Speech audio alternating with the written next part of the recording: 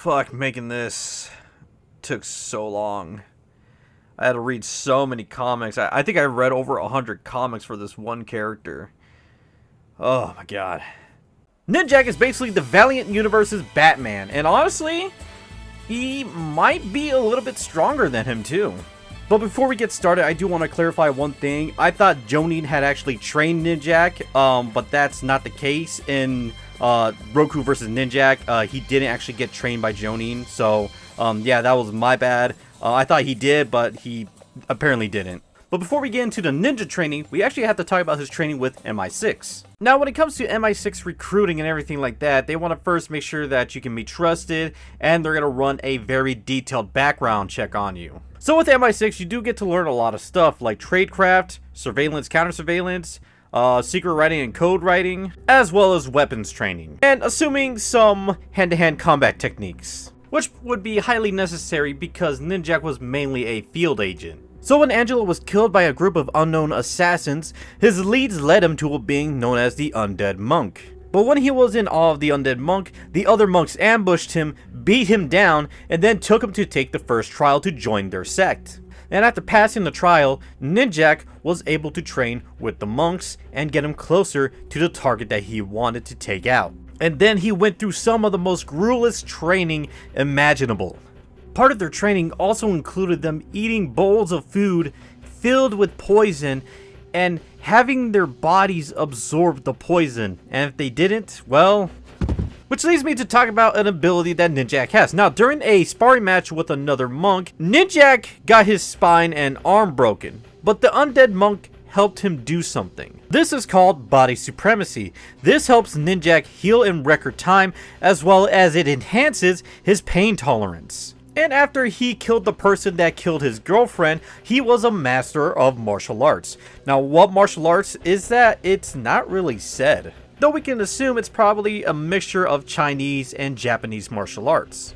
Now, after everything with the undead monk, then that's when he would join the ninja program. But because he and Jonin trained with the same master, he didn't really need to learn anything from Jonin. I think the only thing he actually had to learn was just how to work his suit and everything that was in his suit. Which is very important because a lot of Ninjak's stuff comes with a lot of features. The disc on the side of his hips double as explosives. He carries with him explosive arrows, and I'm assuming with nanotech he can make himself a bow. Has a holographic projector of himself. His suit comes in with a built-in wingsuit, as well as a parachute to slow him down. Both his boots and gloves allow him to stick to surfaces due to electrified hair polymer, a built-in flamethrower, incendiary darts, regular darts. His suit can send a flash of light at someone, which is supposed to trigger a seizure in someone, as it's able to trigger a seizure in 80% of the population. His suit has a laser deflecting mode. He also has an armor mode, usually used when he needs it to protect him from a high explosive. He has retractable blades on his toes and heels. His contact lenses let him see camera systems, scan people with X-ray, can scan for frequencies and electronics,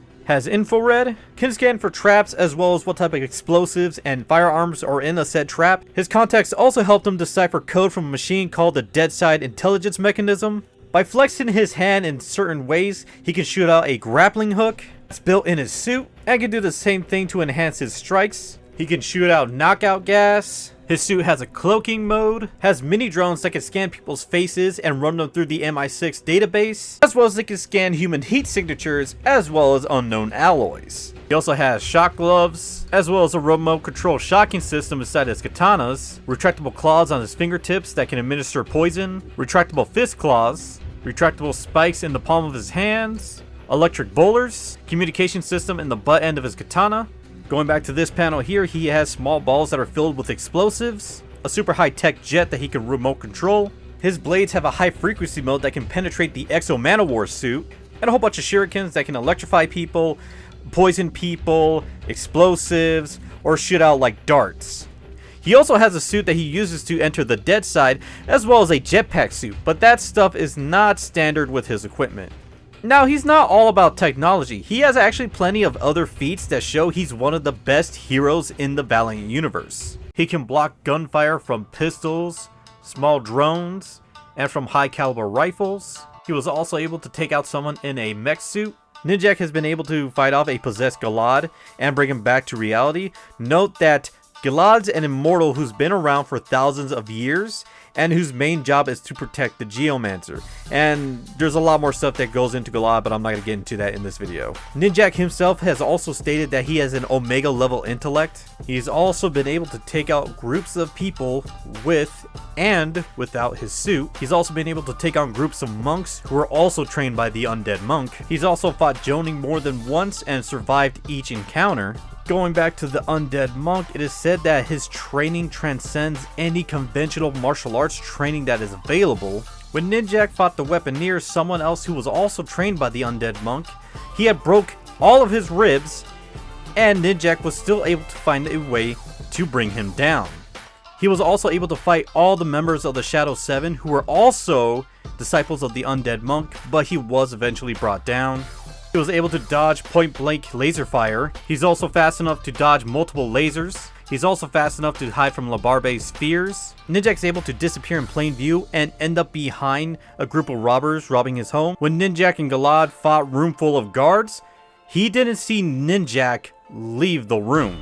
Ninjak is so fast that when he fought another member of the Shadow 7, he was able to stick him with a knockout dart 20 minutes ago, and he didn't even feel it until it started kicking in. When Labarbe took all of Ninjak's gear away, he was able to use his senses as well as his memory of the woods to find, track down, and take out Labarbe. His senses are so acute that he was able to notice small things around his house, like a wrinkle on his carpet, a strand of hair, and he was able to smell a homemade plastic explosive. But he did manage to get into a safe room in time. However, that did not protect him from the entire building coming down on him. But he was able to get out of everything okay. Ninjak's senses are also good enough that he can sense another ninja from the ninja program sneaking up behind him and trying to take off his head. During a mission in assumingly Alaska, Ninjak was able to take out a group of men and also noticed that Galad was also following him. He noticed an undercover MI6 agent following him and Livewire, and he was able to take them out.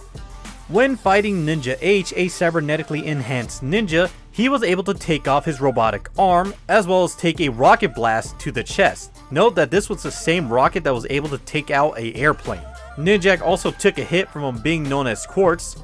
Note that this being can also kill men with one hit. He also took a hit from one of the coalition members that sent him through a side of a mountain, but he was able to get up and escape from the island. Ninjak was also able to take out K2, who was essentially his backup ninja in case he died.